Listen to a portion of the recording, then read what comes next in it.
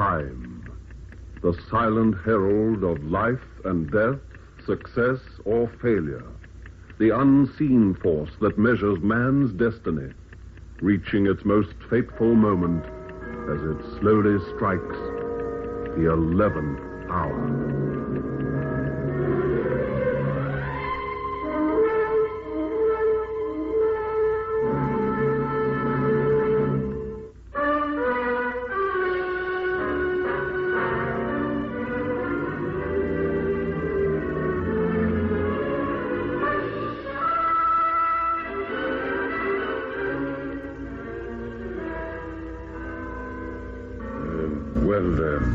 How about another hand of rummy, Leo? It'll pass the time. Time?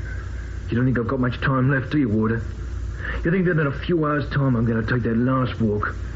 Isn't that right? Well, now, Leo... But you're all wrong. No, you're not going to hang Leo Gorman in the morning. Look, why don't you stop fooling yourself, Leo? I'm sure it'd help if you just resigned yourself to the situation. They're not going to hang me. My brother will get me out of this. Leo, you killed a policeman. There's no power on earth that'll save you from the gallows. Now let me call the priest and you'll find... No. George won't let him hang me. He'll find a way. Clever fellow, George. He's got all the brains of the family. George will get me out of here. What's the time? 2 minutes past 10. 9 hours to go, eh? Well, that's plenty of time. George will think of something, you'll see. Right. What about that game of cards? Okay. Deal 'em up.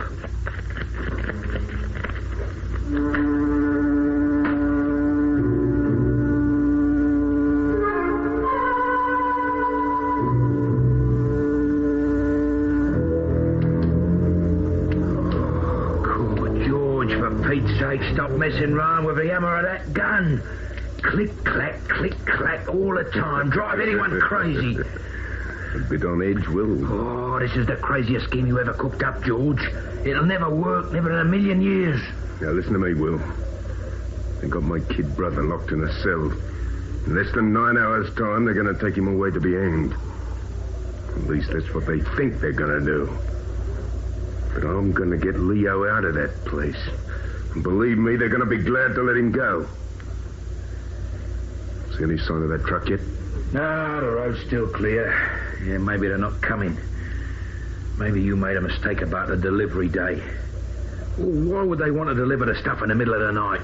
They work 24 hours a day at the atomic plant, that's why. Yeah? Well, I don't like messing around with that stuff anyway. It's in a special canister. It's perfectly harmless. Unless you take it out of the lead container. Oh, you're not going to get away with it, George. I've got a feeling that this whole scheme's going to blow up in our faces. It's got to work. They're not going to hang my kid brother, Will. I've always looked after him ever since the old folks died. Yes, I know. I've always taken care of him, always. He's dependent on me now. Will, I'll tell you why this scheme of mine's going to work. I'll tell you why. Because we're dealing with fear, Will. Fear. Got a nice ring to it, that word, hasn't it? Put the fear of death into people and you got them at your mercy. You can barter with them, no more than that. You can demand. And I'm going to demand Leo's life from them. Sometimes I think you're crazy, both of you. You and that brother. Look, headlights. It's the truck. Okay. Now drive this jalopy across the road. George, it's not too late to back... Drive this car across the road, Will. Okay.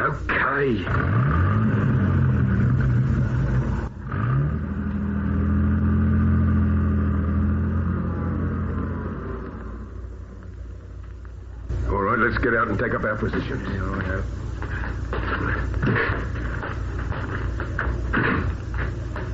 Now, there won't be too much risk. The truck's never very well guarded.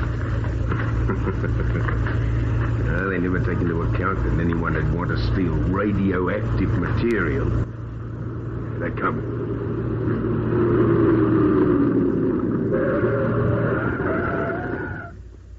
Hey, Look, driver, I'm in a spot of trouble here.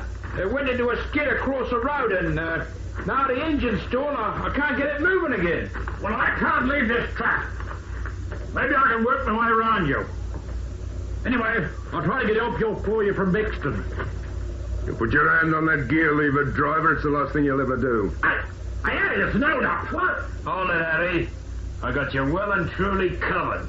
You're not going to get away with this. Do you know what we're carrying? Sure I do. You're carrying some radioactive material from the atomic pile to the research center, and I want that stuff.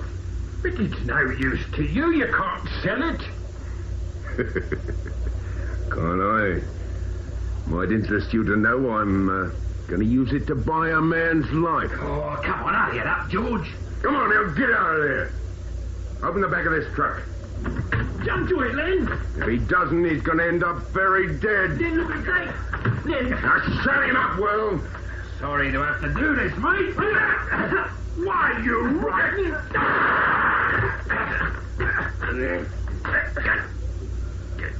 George, you didn't have to shoot him. Couldn't help it, he grabbed my gun. No time to worry about that now, Will. Let's get that stuff. Come on now. All right.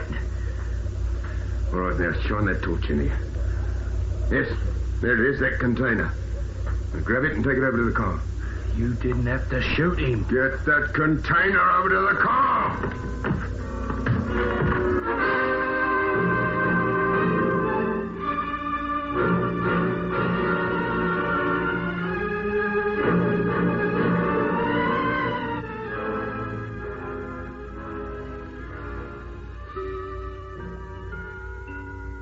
No, Inspector, it's no use my going to bed. I never sleep on the eve of an execution. Well, Governor, this is one time you need feel no sympathy for the condemned man.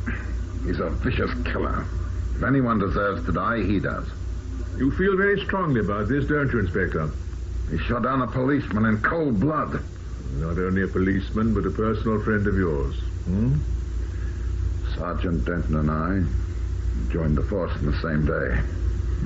He's a good officer. Fine officer. Better than most. Well, you've avenged him. You tracked down his killer, and in less than 9 hours, Leo Gorman will pay the supreme penalty. Your job's finished, Inspector. Why don't you go home? I'll go home, sir. When the clock has finished striking the hour of 7 tomorrow morning. As you wish. Excuse me a moment. There's always a lot of things to attend to this time. Hello, this is Governor speaking. Governor, this is George Gorman here. Pick up that extension, Inspector. Leo's brother's on the line. Yes, Gorman, I'm listening. Yeah, well, don't miss a single word of what I'm going to say. Leo's not going to hang, do you hear? There's nothing that can stop the execution, Gorman. Oh, yes, there is, Governor. Just a little while ago, I hijacked a truck on the Bexton Road.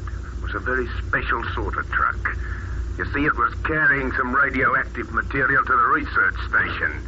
Gorman. Now, I got that stuff now, Governor. Unless you release Leo before 7, I'm going to take it out to the lead container, and I'm going to dump the stuff somewhere where they'll never suspect it's hidden. And all the people passing are going to be subject to radioactive rays. Do I make myself clear? Gorman, listen. Now, you listen. I'm going to hide it in some public place. A place where 1,000 people a day pass close by. And every one of those people will get a dose of the rays. And it'll take months to find out where it is. Now, you better think it over, Governor. I'll ring you back in a little while. Gorman. Gorman. You got it all, Inspector? Yeah, every word. What do we do?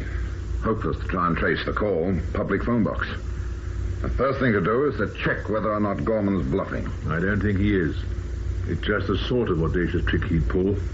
The brothers are very close. Leo's going to die, Governor. Leo's got to die. Now, you'll better keep this line to you open.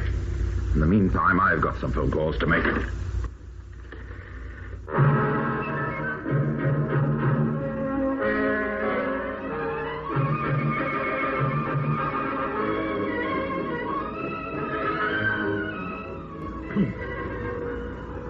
And that, gentlemen, very briefly, is how the Geiger counter works. The amount of radioactivity in the immediate vicinity is recorded on this dial, and there is that distinctive crackling sound. Professor, can you tell us something about the material stolen? Just a brief outline. We have to hurry. Certainly, Inspector. The report states that the substance stolen was cobalt-60. The active ray is extremely dangerous to human tissue. Primarily, they consist of gamma and betas.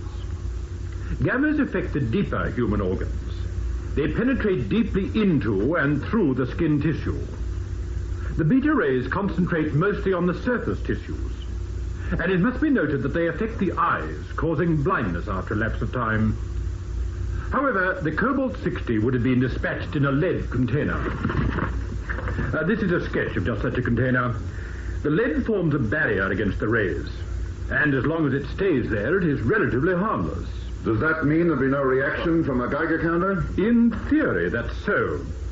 But actually, you will get a fairly definite reading. I must stress the necessity for extreme caution, gentlemen. This is a dangerous substance you're dealing with. If Gorman does take the cobalt-60 from its container and hides it in a public place, then it will be a long time before it can be detected. Unless the entire city is combed by Geiger counters. And in the meantime, many innocent people will be contaminated by the rays. I'm afraid so, Inspector. Thank you, Professor Riddell. Now, I'm going to give this operation priority over everything else. The commissioners give me a completely free hand. The driver of the truck died before he could get into the hospital. The guard's still unconscious, but as soon as he comes to, he'll possibly be able to give us a description of the car Gorman used. In the meantime, there is one angle we can explore. Soon Gorman will ring the governor again. Now then, he's bound to use a public telephone booth. And the post office authorities have furnished me with details of every public telephone box in the city. Inspector Muir, would you arrange to have every box under close surveillance? Have every man issued with a description of George Gorman, and anyone remotely answering that description who makes a call from a public phone booth should be apprehended. I'll get my men straight onto it, Inspector. Good. The flying squad detail is to stand by here, ready for immediate action. My men are waiting, Inspector. Post office technicians are ready to monitor any calls to the governor. They'll tell us immediately where the call is being made from. Get the flying squad there at the double.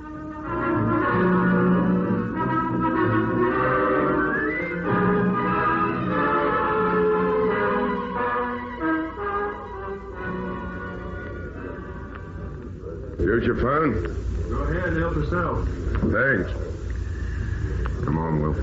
I don't see why you couldn't have used a public box. I think we should keep out of sight. Now, the trouble with you, Will, is that you don't use the brains you were born with. Yes, I know. The police will have thought that we were going to use a public booth. And I'll guarantee they've got men stationed at every single one. But they can't cover every cafe that happens to have a phone box, can they? You got through it? Yeah.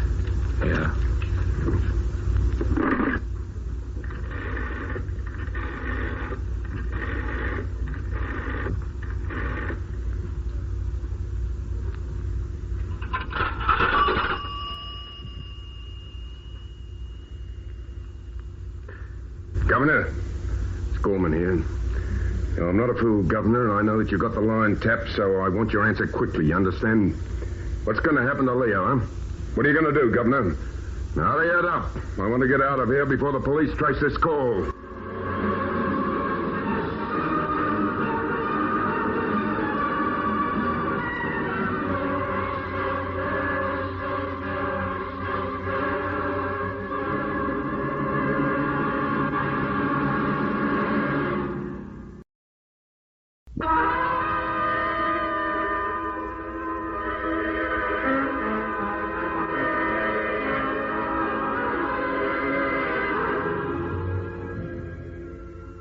Keep him talking, Governor. Now, listen to me, Gorman. I cannot make decisions of this nature in such a short time. I'm going to give you just 30 seconds, Governor. Then I'm going to hang up and get out of here. 30 seconds, Inspector. No good. Not enough time. Come on, Governor. What's the answer? Gorman, Keep him talking. Gorman, for a stay of execution, I have to contact the Home Secretary. I want Leo released. Otherwise, a lot of innocent people are going to get hurt. Now, what's your answer, Governor? Can't you ring me back later? 5, 4, 3, Gorman, listen. 2, 1. All right, that's it. Governor, your conscience is going to trouble you for the rest of your life. Gorman! Gorman! He rang off, Inspector. Did you trace that call? Just a minute, Inspector. I haven't got time to spare. The Brabant's Roadside Cafe, Templeton Road, Harley. A cafe? He didn't use a phone booth. Ring that address straight through to the flying squad. Have them cordon off the district. Right away, Inspector. I'll never get there in time. Gorman would have left that place smart. He'll be miles away by the time Favisham's men get there. Flying squad's on its way, Inspector. Good. He might ring again. No, he wouldn't risk it. The only way we'd call him off now would be to release Leo, make it known that we've done it. By George, we're not going to do that. He's going to put the cobalt in some public place, take it from its container, and... Inspector, he'll expose himself to the radiation. It'll be as though he commits suicide. He's a dead man already, Governor. Because I'm not going to rest until I have George Gorman in a condemned cell. Governor here. The inspector there, sir. Oh, it's for you, Inspector. Hello? Inspector, this is Grayson here at the hospital. The guard just came to. What did you get from him? There were 2 men involved, sir. From the description, it sounds as though the other fellow was Willis. He works in with Gorman sometimes. Yeah. Anything else? A dark green sedan parked across the street formed a barrier. What's his number? Well, he wasn't able to get it, Inspector. He said it was a fairly new sedan, though, maybe 2 or 3 years old. It would be. I'll stand by in case anything else comes through, sir. Yes, all right.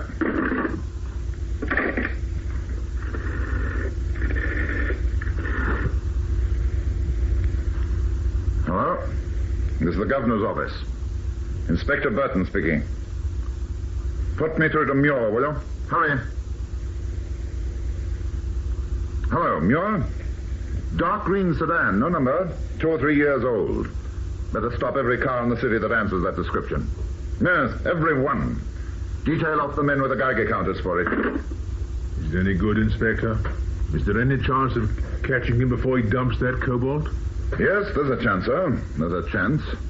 Though with every moment that passes, it grows less and less.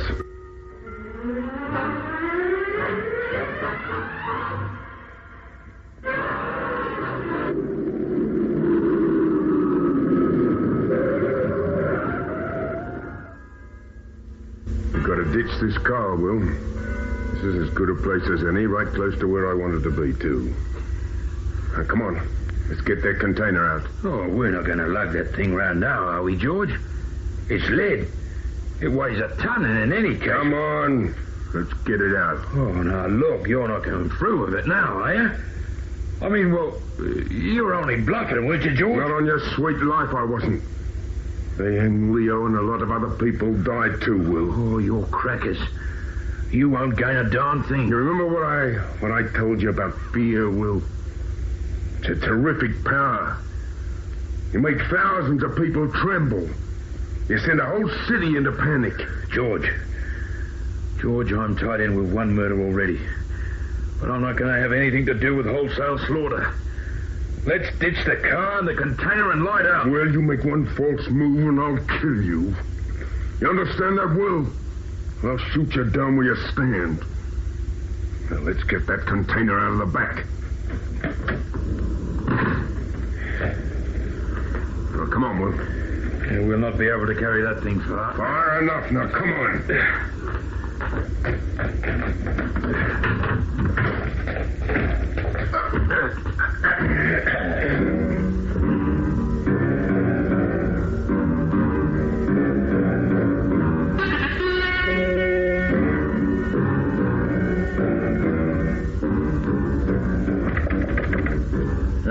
Come in.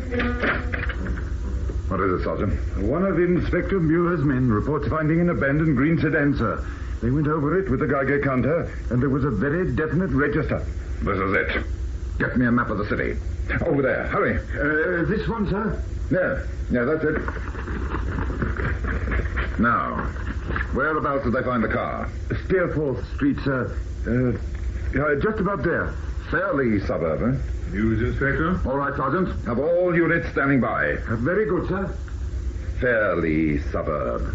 News, Inspector? Yes, they found the car. Steerforth Street, Fairly. That means they've only ditched their car, surely. Yes, Governor. And until such time as we receive a stolen car signal, they'll be on foot. They're carrying a lead container. It'll be darn heavy. I doubt they want to lug it very far. So? It's my guess that Gorman's going to hide the cobalt very close to Steerforth Street. He's probably carrying it to the place he's chosen right at this very moment. Then the thing to do is to find a fairly public place in Fairlea, a logical place for him to hide the cobalt. There must be hundreds of places like that. Fairlea's a pretty big suburb. Yeah, let's have a look at the map. Well, then there has to be somewhere that's deserted right now. That rules out the railway station. And phone booths. He knows we're watching them, evidently. I'll steer clear of them. The public library's out, so are the other public buildings. They're all locked up. I suppose he could be thinking about forcing his way into... Wait a minute. What's this? Fairlea Sports Ground. Well, he can't get inside there. The turnstiles will be locked. The turnstiles? You could slip a capsule of cobalt somewhere around a turnstile easy enough. And hundreds of people pass through a turnstile. Yes, that'll be it. Get me Muir. Hurry. Hello, Muir. Now listen carefully and act on this immediately. Call all units, have them converge on Fairlea Sports Ground. Now, this is something of a long shot, but it's a logical one. No sirens to be used. We don't want them to fly the coop if they're there. It's our guess that they'll be at one of the turnstiles. Yeah, turnstiles. Now, one other thing, Muir. Who's the best pistol shot in the force? Who? Oh, Constable Duncan. Yes, okay. Get in there together with a large caliber target pistol. It's all right. Now, get moving. I'll follow on in my own car. Best pistol shot, target pistol. Yes, I've got a feeling you're going to have to use Constable Duncan's skill before the night's out, Governor. I'll keep in touch.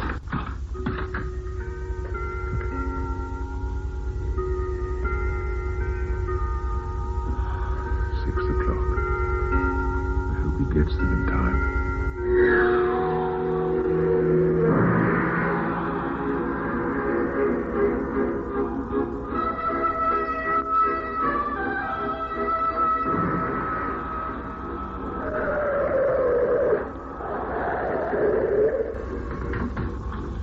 Sergeant. Well? You're right, sir. They're here. Over there by that turnstile. We've got them covered. Well, why don't you grab them? You'll see in a moment, sir. You better forget about the threats, Gorman. It'll be easier on you just to land out. You make any sort of move and I'll take the lid off this container. And you'll all get the radiation. He'll do it, too! You see, Inspector? We make one move and he takes the lid off that container. And the radiation contaminates us all. He's bluffing. Oh, I don't think so, sir. He's a 3-time loser. With a murder count hanging over him. If he doesn't die here, he'll die on the gallows. Yes, but surely if we rush him now... Look at the faces of our men, sir. They're taking it by and large. They're a pretty rugged bunch. But that's cold fear on their faces, Inspector. See, they're dealing with something beyond their ken. Where's Constable Duncan? Here, sir. Inspector Muir gave you that target pistol? I have it here, sir. A 32 caliber long barrel job. Do you think you could hit Gorman from here? Yes, sir. I don't want him killed, Constable. I want him away from that container. Plus, if you could hit his arm or shoulder. I understand, sir. I'll try. Hand me that speaker.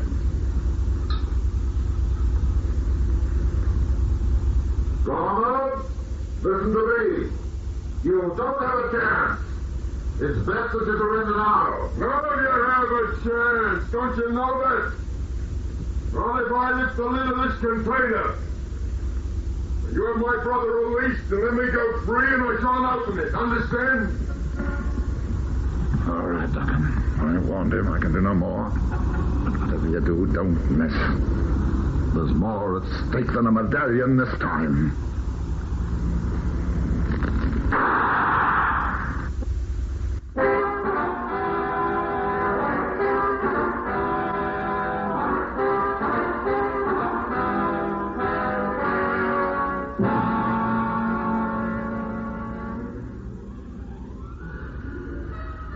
minutes of time, would it? Won't be long now, Leo. You're kidding. There isn't going to be an execution. George will get me out of this. You can't keep a bloke like George down. Got all his buttons on, old George. Want a cigarette? Don't mind if I do. So, nice brand. Anything else you want, Leo? What's the time? We should hear something soon. Leo, you might as well face it, son. There'll be no reprieve. So you know George will give me a...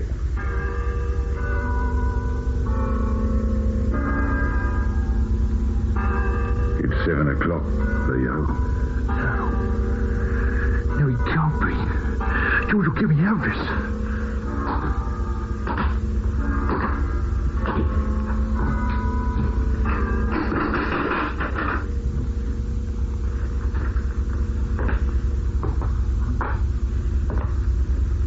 It's 7 o'clock, Leo.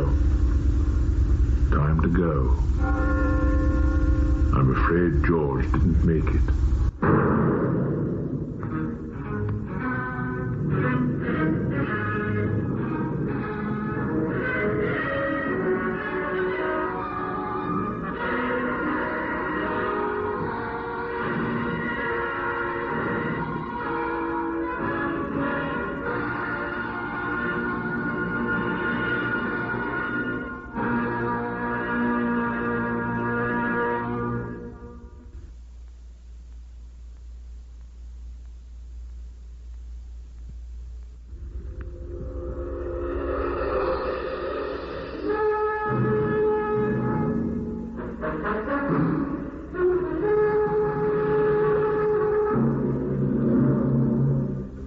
Be listening for another mounting drama of action and suspense when we again bring you the 11th Hour.